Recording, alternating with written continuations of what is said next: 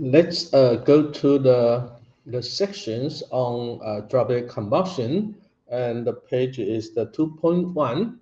Okay, and then this is the slightly separated from the basic descriptions on premise burning and the diffusion burning based on the gaseous fuel. Now we are thinking about the liquid fuel, especially for real application. We use the spray, and spray means that we try to break up a bunch of the liquid fuel to so many tiny liquid droplets. And then those liquid droplets will give you the more, the higher surface, and then those surface will give us a more opportunity to provide gas, the fuel vapor to be burnt in gas phase. Therefore, the droplet combustion, the understanding on droplet combustion is an essential part to jump to the spray combustion for real application. Let's look at a very simple mechanism for a single droplet. And let's have some phenological description on droplet evaporation and droplet combustion. Here, you think about the spherical droplet. Here, show you here, the droplet basically is suspended in the all surrounding. Its motionless, okay, it's a stagnant, stay in a certain position, we assume, and the droplet is cold because temperature is low and spherical. Okay, there then you will have a so-called 1D problem. And the ambulance, basically, we consider the stagnant. Droplet is a stagnant, and the ambulance is also stagnant. But the temperature in the ambulance, in the surrounding of the droplet, are high. That means that it's a hot environment, hot ambulance. And we assume, for simplicity, the gravity influence is totally neglected. Then we say this is the gravity free. And in this case, because we think about a normal situation, the droplets, they will go through because the temperature for the temperature of the droplet is low, but the surrounding temperature are high, then you will have a temperature difference. Now you will have some heat transfer from the ambulance to the droplet to start to have a droplet evaporation. By this process, if you consider for real application, the overall environment, the pressure is much slower than the critical pressure of the liquid. If the pressure is more than the critical pressure, that means that if you have a liquid, they will start to evaporate and they need to go through the evaporation process, gradually change your liquid to vapor, and followed by a constant pressure and a constant temperature process. As you remember, for the phase change from the liquid to the vapor, and this process should be limited as the pressure much smaller than the critical pressure. As you remember from the thermodynamic surface, you will find out if you have a pressure higher than critical pressure, then in that region you cannot distinguish which is the liquid or which is the gas. They is almost mixed together. They do not have those kinds of phase change process occur. But in this case, we look at the real situation and we think about the pressure in real application is much smaller than the critical pressure of the liquid fuel you may use. Then we need to think about the phase change process. And here we simplify our problem further. We consider there is no forced convections and also no natural convection. In this case, because the gravity is free, then you do not have a natural convection. Additionally, we think about the flow convection is the neglected in this the first study. Later on, we will more focus on the influence coming from the flow structures. That means the flow convections. Okay, when you think about the condition for a single droplet suspended in a stagnant environment under high temperature influence, then you will think of this, the important transports need to be considered for this droplet. The first one, as I mentioned, the temperature of in the environment is much higher than the temperature of the droplet. Then there will be has a temperature difference. Temperature gradient will give you the so-called heat diffusion. The heat will diffuse from the surrounding into your droplet. Okay, those heat in transfer into the droplet, they will convert to two parts of the heat. The first one, they need to heat the droplet up to a certain value, to a certain temperature, and basically they will should reach to the so-called vapor temperature. And when the temperature reach to the vapor temperature, then the droplet will use those heat to convert the liquid to the vapor. That means that they absorb the latent heat of evaporation. Then they go to the gasification. As you remember, for the phase change process, initially, if a droplet is cold, the temperature is low, lower than if you look at the so-called pure substance. For pure substance, the main target temperature is the boiling point. Okay, but for real case, the droplet exists in the environment contains air, I mean oxygen and nitrogen, and the vapor itself. Then you need to think about the mixture conditions, not a pure substance. Then the liquid start to gasification, start to be gasified or evaporate, then the temperature related to this point is equal to the so-called the vapor temperature. But vapor temperature usually is very close to the boiling point, slightly different. Okay, but people will think about those heats will be converted to two parts. One part to be used for droplet heating to the temperature ready for gasification, for droplet gasification. The other part is just used for the as a latent heat of evaporation, and use it to let the saturated liquid to become saturated vapor and totally becomes vapor. Okay. Now the heat will be used for heating and also for the gasification. Okay. Now fuel vapor coming out in the gasification process on the surface of droplet surface. Then those kinds of fuel vapor accumulate in the vicinity of the droplet surface. Now they have a high concentration in this region, but in the far outside of the environment, they do not have any fuel vapor. Then that means that they will have a fuel vapor concentration gradient. This concentration difference will give you a diffusion transports of your mass of your fuel vapor from the liquid surface to the surrounding.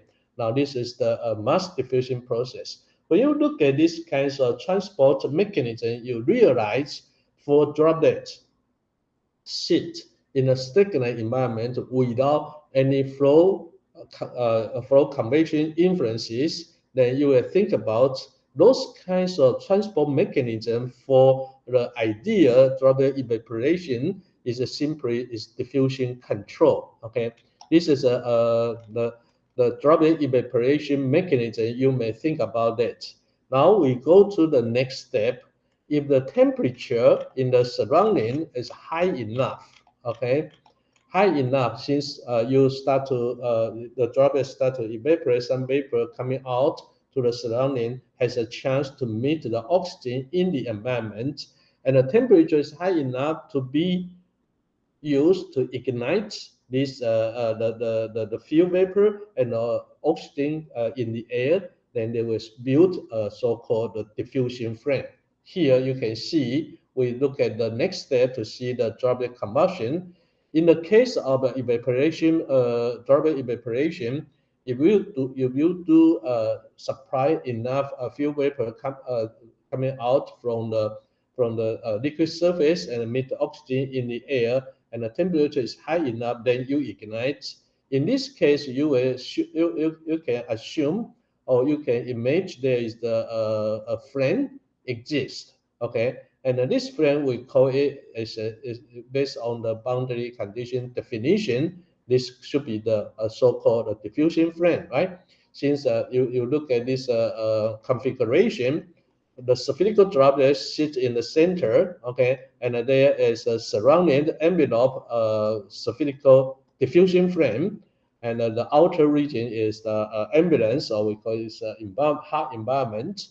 In this configuration, they tell you the fuel vapor coming out and they meet the oxygen diffuse to the fuel site, and then meet together. Then they will generate the combustion flame here, and we call this the diffusion flame, similar as we described before for the gaseous diffusion flame. Here, actually, this is also the gaseous diffusion flame, right? But the main fuel supply basically coming from the liquid droplet. That's it. This is a slightly different compared with the gaseous jet.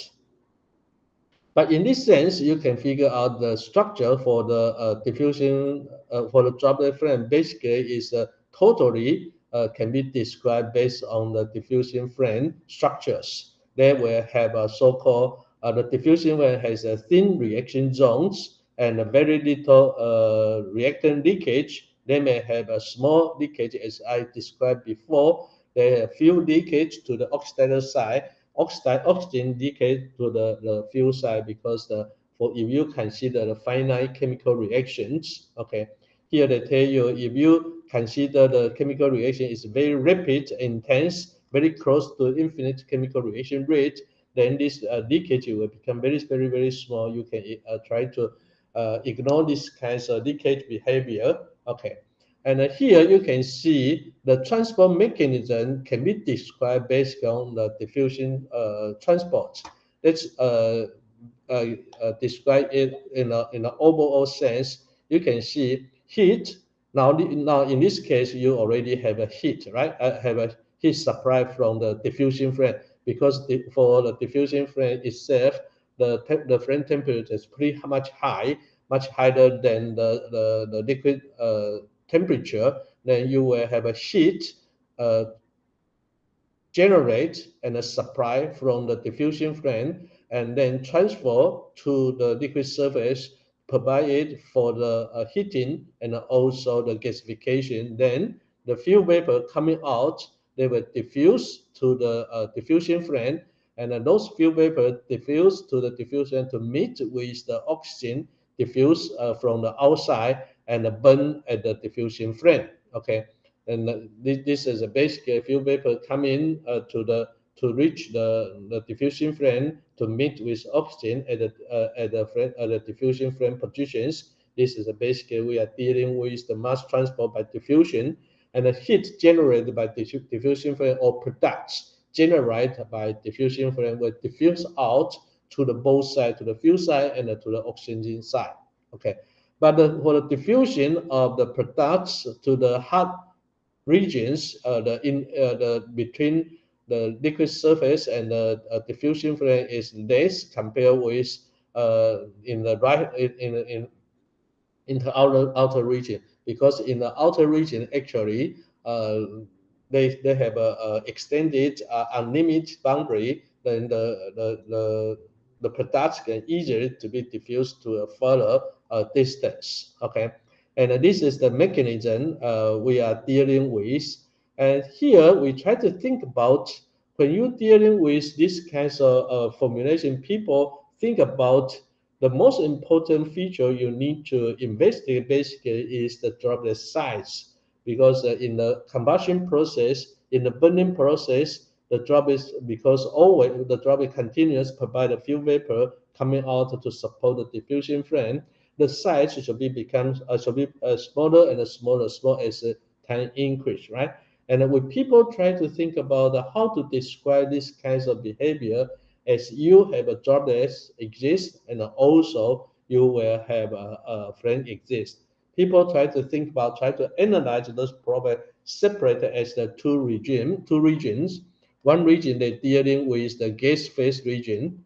Then that means the boundary the boundary will be limited by the liquid surface and also the go to the far environment. Okay, when you're dealing with the gas phase region, you think about you can solve the conservation equation for mass, for momentum, usually we do not think about momentum is important because the flow conservation is totally neglected.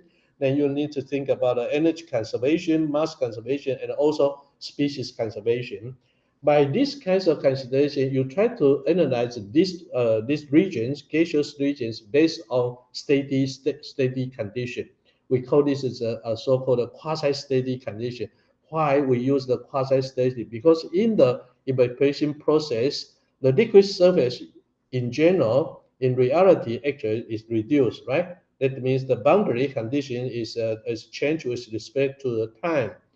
Therefore, when you're dealing with the formulation on the gas phase characteristics, it is not, you cannot say is a complete steady state.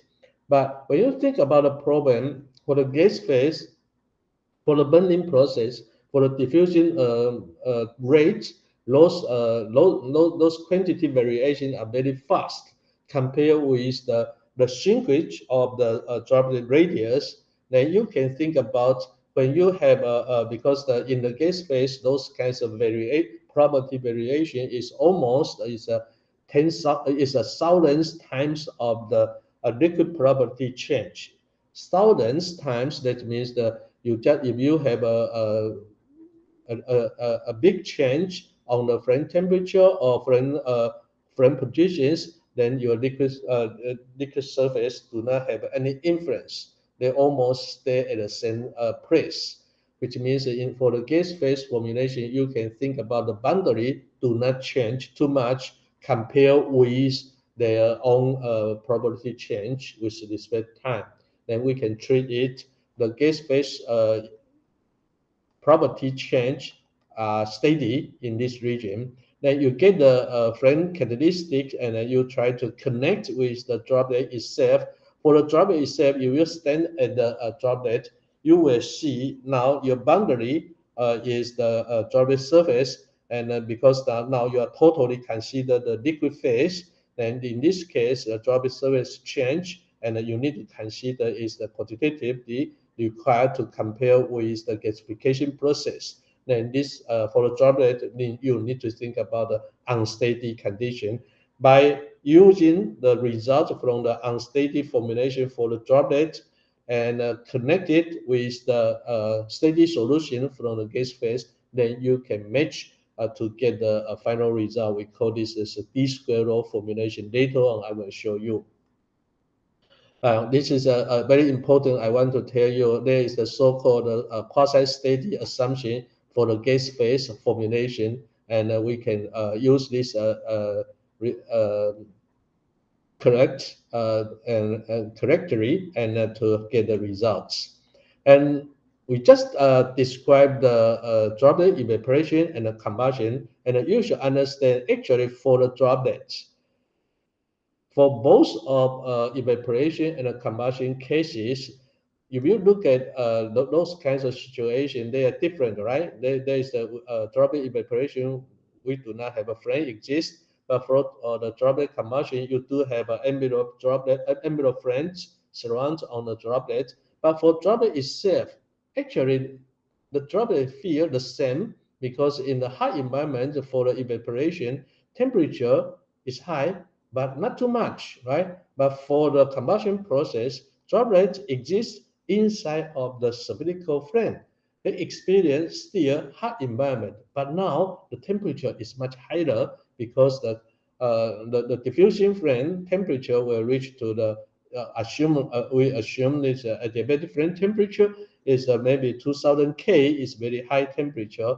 But in a sense, if you look at the whole the feeling from the droplet, actually they just receive heat for heating and for gasification, right? And they just feel how much amount of heat supply to the droplet. For the gasification, for the evaporation process, the temperature is low, the hot temperature is low, but for the flame case, droplet combustion, the flame temperature is high. This is the big difference on these two cases. Then that means if you look at the droplet under evaporation or combustion, for droplet itself, actually they have the so-called the qualitative identity between the droplet evaporation and the combustion. For the evaporation, they just experience a little bit cold ambience, okay? But for combustion, the droplet enveloped by a hotter diffusion flame. Then the ambience becomes hotter. Then this is just tell you the temperature difference experienced by the droplet itself, okay? Then it means the droplet vaporization in a high temperature environment can be usefully simulated by studying the droplet combustion in cold environment. Okay, and actually the flame now serves as a high temperature only. Okay, just a constant pressure chamber within which vaporization takes place. There is no difference for droplet itself experience in the low temperature environment or high temperature environment. They just go through the gasification process, absorb heat, and those heat used for preheating and also for gasification. Now we move to describe the formulation for the D-square law. Now think about the problem. Actually, I will not go through the detailed formulation, but I will give you some important formula. Try to emphasize some physical meaning on each items in the formula. Okay. Now you can think about, now you have a spherical droplet here, and the RS is the radius of your droplet. Okay. Now you generate the fume vapor. Therefore, you can see at RS at the liquid surface you have a maximum fume vapor. YF meaning the mass fraction of fuel, and they will diffuse to the diffusion flame. The diffusion flame that locate at the radius equal to RF. This is the flame locations, okay? And fuel concentration will be consumed completely at this location, and by reacting with the oxygen coming from outside. YO represents mass fraction of oxygen. And at the flame locations, you can release the most of most of the heat of combustions, and to reach the highest temperature. This is the flame temperature of the droplet diffusion flame, and this temperature show you the high thermal energy, and they will diffuse to both sides, to the fuel and also to the oxidizer sides. This is the plot to tell you the transport of mass diffusion and heat diffusion. Okay, and I already explained.